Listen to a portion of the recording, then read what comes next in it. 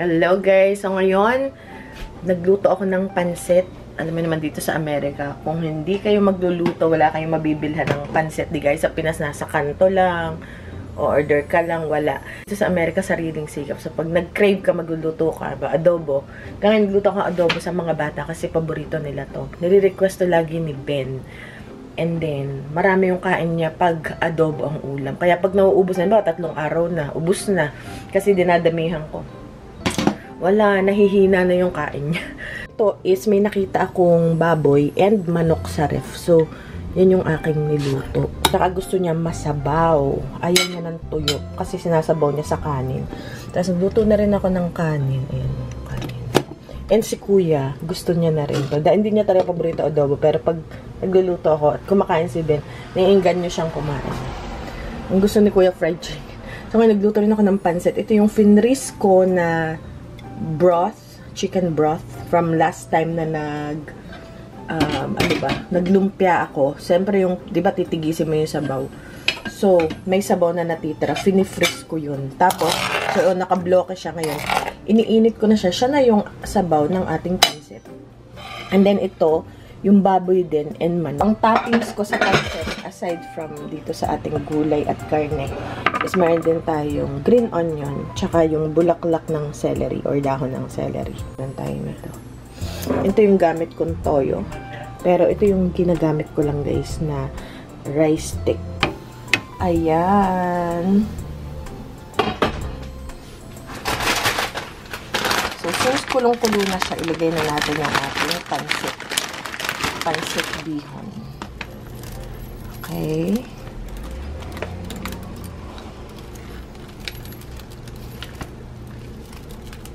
Okay.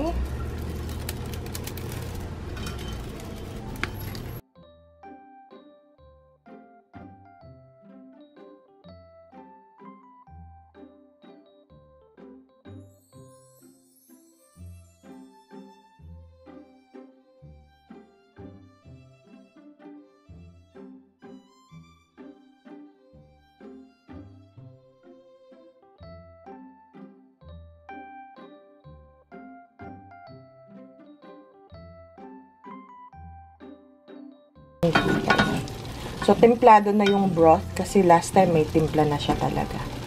So, hindi ko na siya titimpla. Dinagdagan ko lang siya ng toyo. Okay, and then, pag naayos mo siyang ganyan, pag ganyan, tatakpan na natin siya. Pero lalagyan ko siya ng konting green onion. Okay, danihinaan yung apoy. Pagbalik natin, luto na yung noodles niya. Okay guys, babalik tayo. Papalit lang ako ng battery. So, nakaabang na yung ating gulay at karne. Ayun. Okay, parang masabaw siya, no?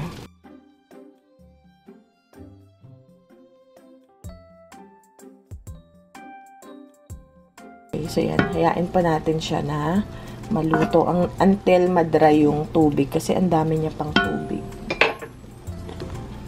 Ayan, oh. So, ito na guys, dry na yung kanyang tubig. Okay na yan, hindi siya umalsa. Which is siguro para okay din, pero hindi siya lamog. Yun lang ang kagandahan sa kanya. So, ngayon, ilagay na natin itong ating karne. Ito yung karne natin na ilalagay natin dito sa ating pansit. Parang masyadong marami yung karne. Kasi kalahati lang, tapos magpansit na lang ulit next time. And then, tapos na to guys. Ayan. Kasi ayaw din natin, nagawa ko na before yung masyadong maraming sabor, yung masyadong maraming karne and gulay, pangit din. Dapat balanse lang. Ayan, oh. Ayan, guys. Pasensya na. Gumising na yung mga bata, so medyo maingay na ang bahay natin. Ayan, guys. So, pero, ang kagandahan to, hindi siya nalalamog. Yun lang. Ang ganda nito, hindi siya lamog. Unlike before, pag konting labsakin. Pero ngayon, parang hindi siya ganong kalamog. Ayan, so papatayin ko na yung apoy. So medyo half cook yung ating gulay. Ayaw natin ng masyadong nilahat ko na. So, okay na yun.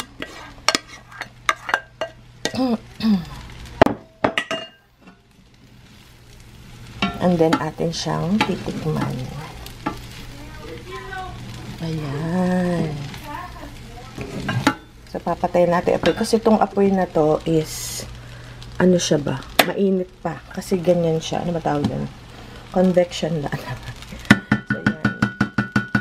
So, yun yung ating pansit. O, diba? So, titikman natin. Taste test. Ayan, nagpansit tayo kasi malamig ang panahon.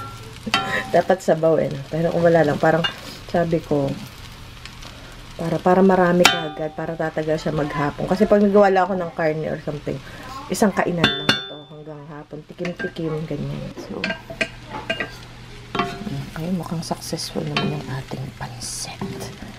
And then, lagyan na natin yung toppings natin na ito.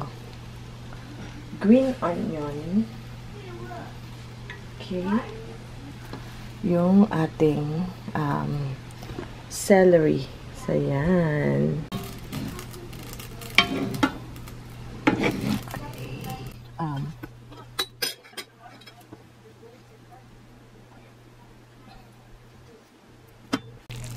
Konting lemon.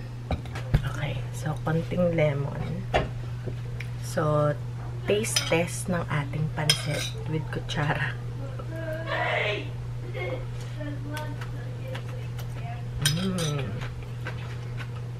Malasa.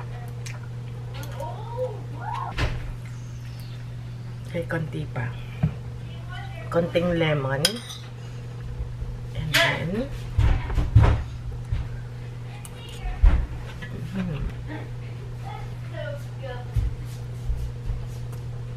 malasa.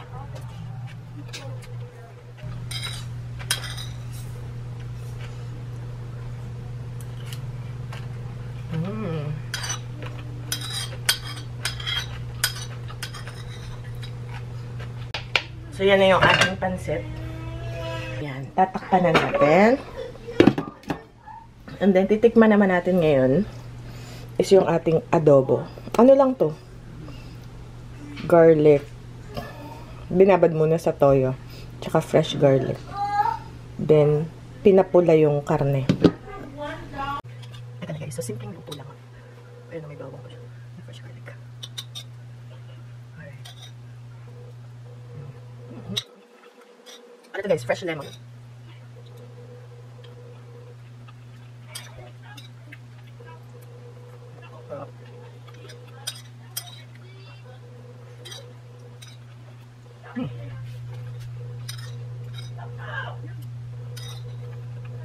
Sarap guys.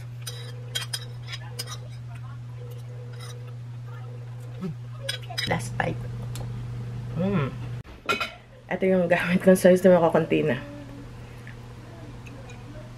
Kasi marami sa inyong nag-suggest na ang marka pinya masarap. Ang problema ko sa marka pinya, yung kanyang lalagyan is plastic. So, mas gusto ko yung parang mas sturdy pag bote. So, kaya napili ko yung dato puti. Pati minsan yung suka sa plastic, parang hindi ako parang naglalasa siyang plastic. So, gusto ko yung dato puti soy sauce kasi sarap linamnam na. Nasa bote pa yun ang gusto ko. Tingnan nyo guys, paubos na, bibil na ulit ako. So, yun lang. So, bibigyan natin sina mother at father. Alright.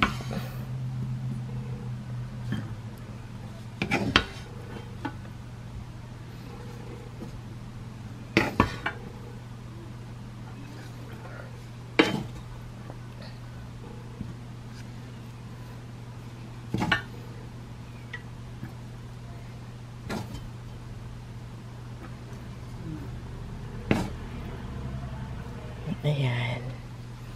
So, yan ang natira sa atin.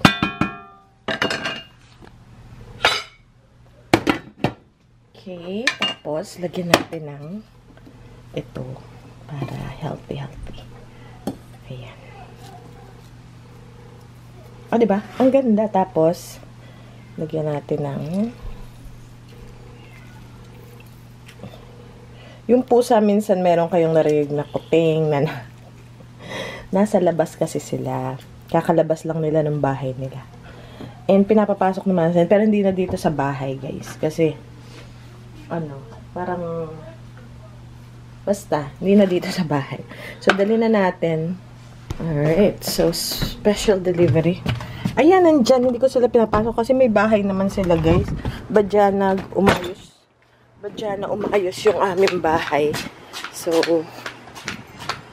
nako. Tanggalin ko na. Yan. Sarap yan. Okay, so naka-deliver na tayo. So, tapos na ang aking. Maghugas lang tayo ng plato. Tapos may natira pa nitong celery. So, lagay na natin. Mainit-init pa yan. Ang kagandahan lang ngayon, teka, meron din namang maganda sa bagong Excelente. Hindi siya nalalamog masyado. Linis-linis muna tayo. May natira pa ako nito. Ginagawa ko dito para mag-stay fresh. Nilalagyan ko siya na. Okay guys, papakainin ko lang yung mga bata. Yung aking laundry, oh. Tambak yung ating laundry. Nakaabang ang ating laundry. So, okay guys, maglilinis lang tayo and see you guys later. So, yan, adobo. Ito naman ang kay Ben. Sarap.